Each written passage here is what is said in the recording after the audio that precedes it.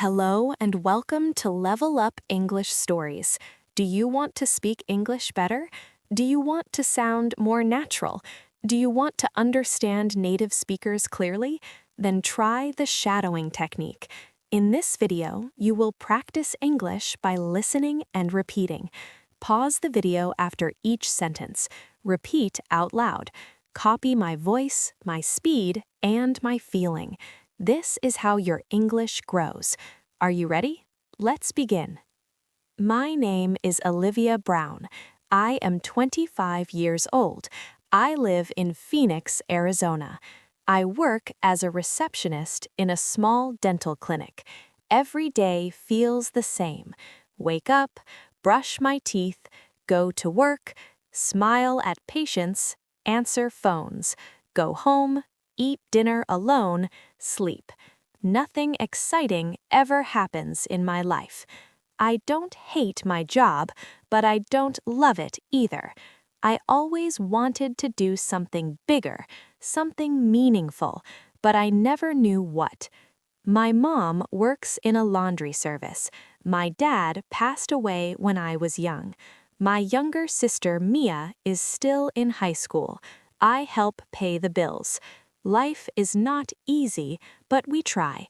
One Monday morning, everything changed. It was very hot that day. The sun was bright. I arrived at work early. At 9:30, an elderly man walked into the clinic. He looked tired and confused. He stood near the door and didn't move. I walked toward him. "Hello, sir. Can I help you?" I asked. He looked at me with scared eyes. I think I'm lost," he said quietly. His hands were shaking. I helped him sit down. "What is your name?" I asked. "Walter," he said. I gave him some water. Dr. Harris came out of his office. "What's going on?" he asked. I explained everything. Dr. Harris checked Walter's blood pressure. It was very high. "We need to call an ambulance," he said. Walter started to panic. "No hospital," he whispered. "Please." I sat next to him and held his hand. "It's okay, you're safe," I said. The nurse, Clara, called emergency services. 10 minutes later, the paramedics arrived. They put Walter on a stretcher. Before they took him away, he looked at me. "Thank you, young lady," he said.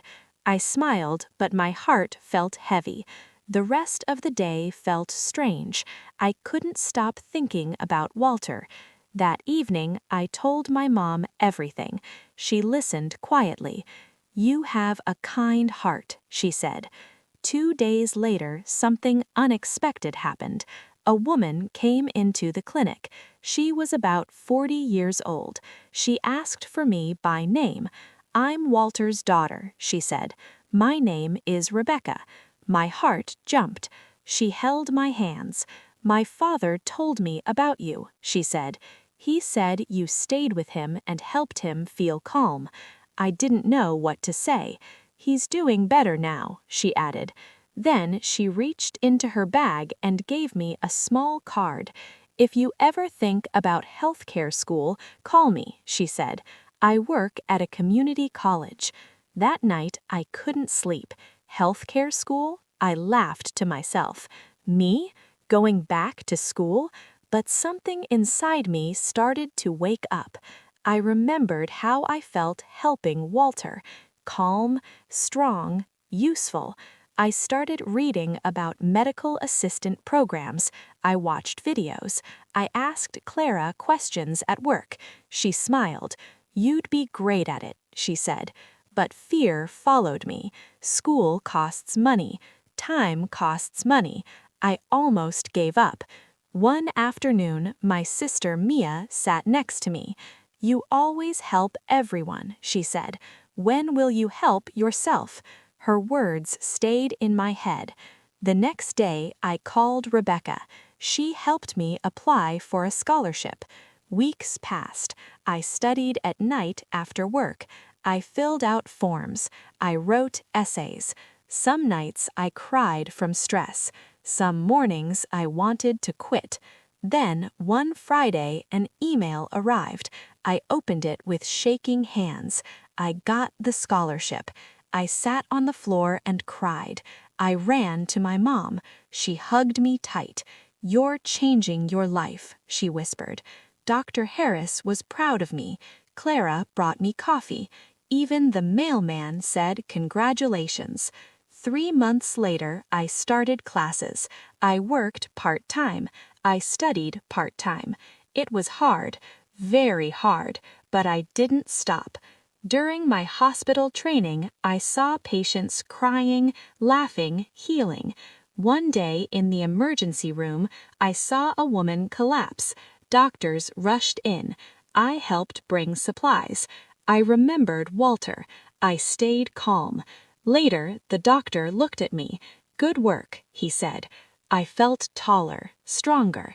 6 months later, I finished the program. I got a new job offer, better pay, better hours. But more than that, I found purpose. Now, when I wake up, I feel different. I don't feel small anymore. I feel capable. Sometimes I think about that lost old man.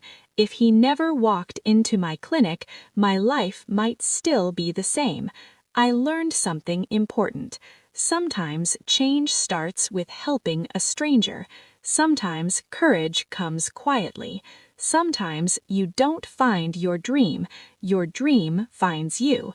I was just a receptionist. Now I'm building a new future, and this is only the beginning. Now it's your turn. Play this video again. Pause after each sentence. Repeat what you hear. Practice every day, even for 10 minutes. This is the shadowing technique. Thank you for learning with Level Up English Stories. Don't forget to like this video and subscribe for more shadowing stories. See you next time.